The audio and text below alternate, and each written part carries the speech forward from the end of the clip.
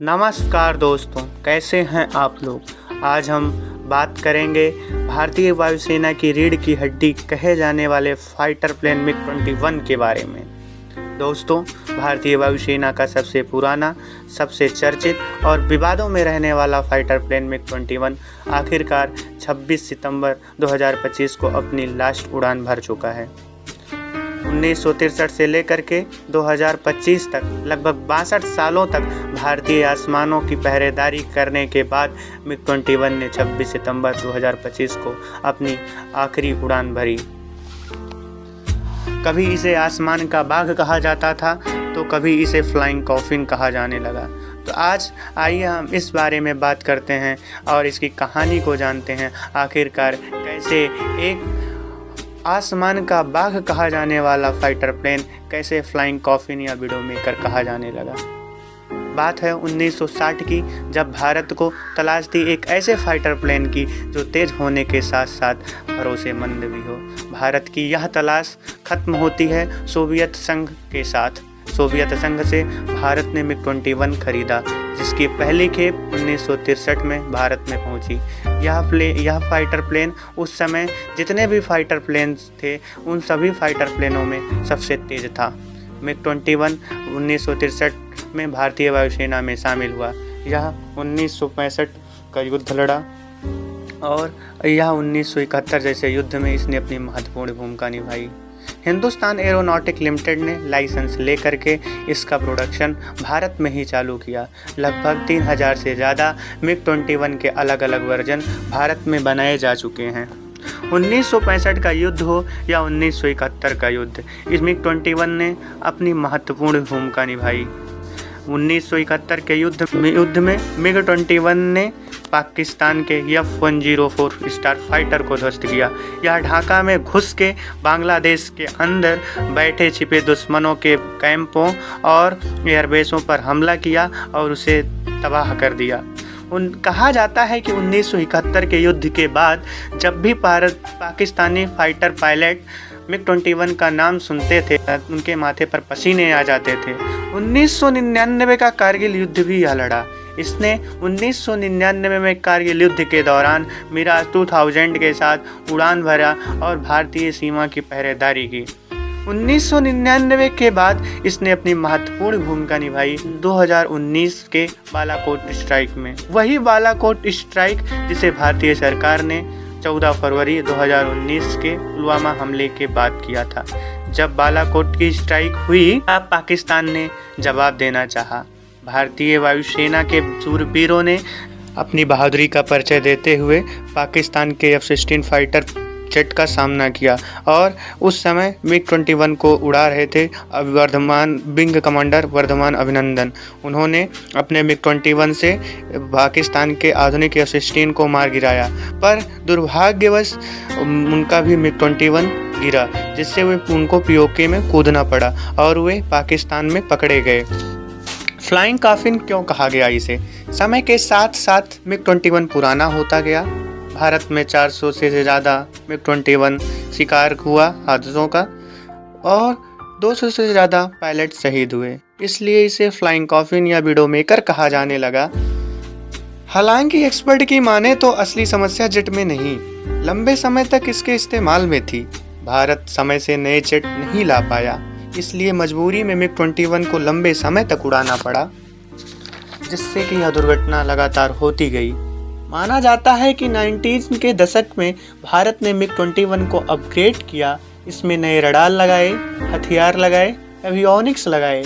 Upgrade होने के बाद इसे MiG-21 बाइसन कहा गया और यह अब MiG-21 बाइसन दुनिया के आधुनिक फाइटर जेटों का सामना करने के लिए तैयार था।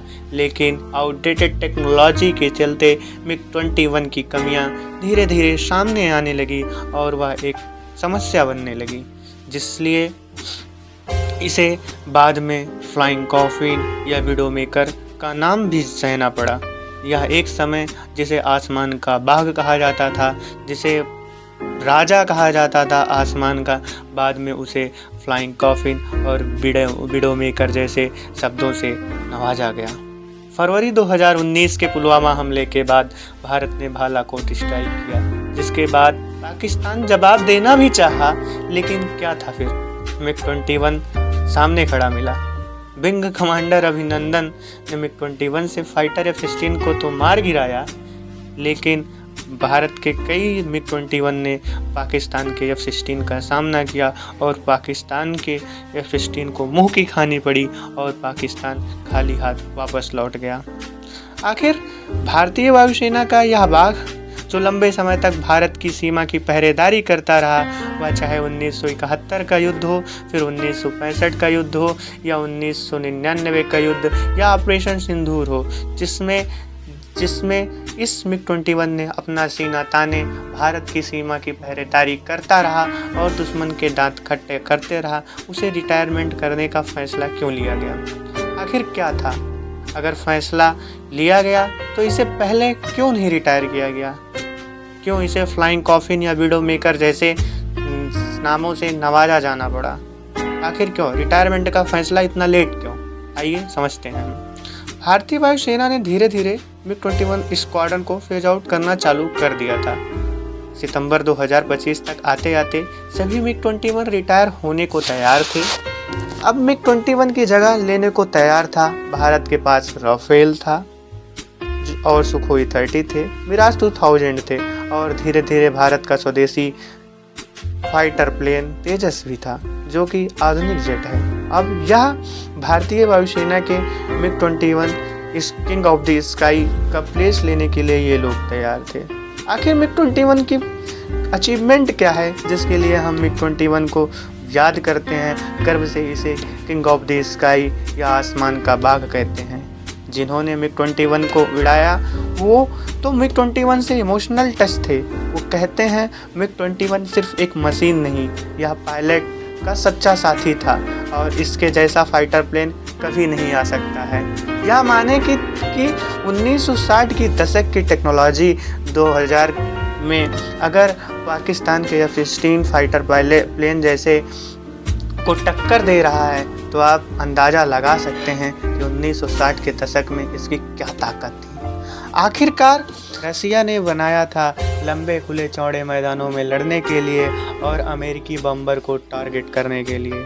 यह क्लोज कॉम्बैट के लिए तैयार नहीं था, या भारतीय वातावरण जैसे पहाड़ों में यह क्लोज कॉन्टैक्ट में लड़ने के लिए तैयार नहीं था। पर भारत वालों ने इसमें जुगाड़ कर करके इसे इस काबिल बना दिया कि F-16 जैसे फाइटर प्लेन को मारने में भी सक्षम हो गया। आइए चलिए बात करते हैं कि आखिरकार इसे रिटायर करने के बाद इसकी विरासत क्या है, जिसके लिए इसे हम हमेशा याद रखेंगे। MiG-21 सिर्फ एक फाइटर जेट नहीं था, यह भारतीय वायुसेना का एक युग था। 60 सालों तक इसने भारतीय सरहदों की पहरेदारी की, दुश्मन के दांत खट्टे किए, कई युद्धों में यह हिस्सा बना और हमारी जीत का कारण बना। हम इसके योगदानों या बलिदानों के लिए इसे हमेशा याद रखेंगे। इसकी जगह कोई नहीं भर सकता। 1960 के दशक से लेकर के 2025 तक इसने जितनी भी महत्वपूर्ण भूमिका निभाई वह अविस्मरणीय है। दोस्तों, MiG-21 ने हमें गर्व भी दिया और दुख भी दिया।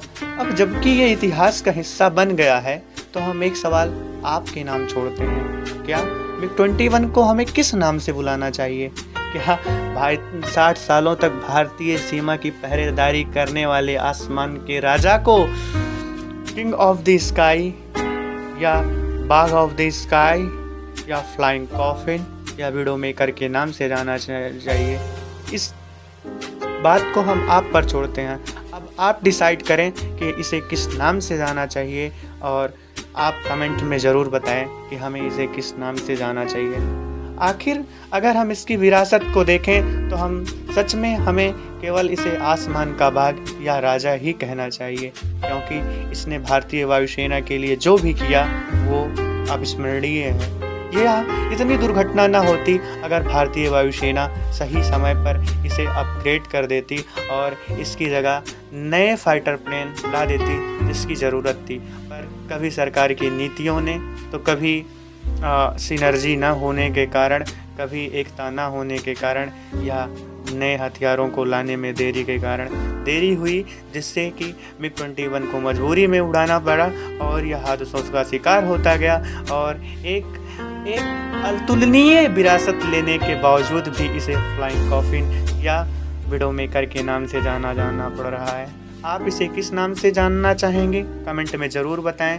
वीडियो को लाइक करें, शेयर करें और चैनल को सब्सक्राइब करें ताकि आने वाली वीडियो में आप इसी तरह के इंटरेस्टिंग टॉपिक से अवगत रहें और वीडियो को लाइक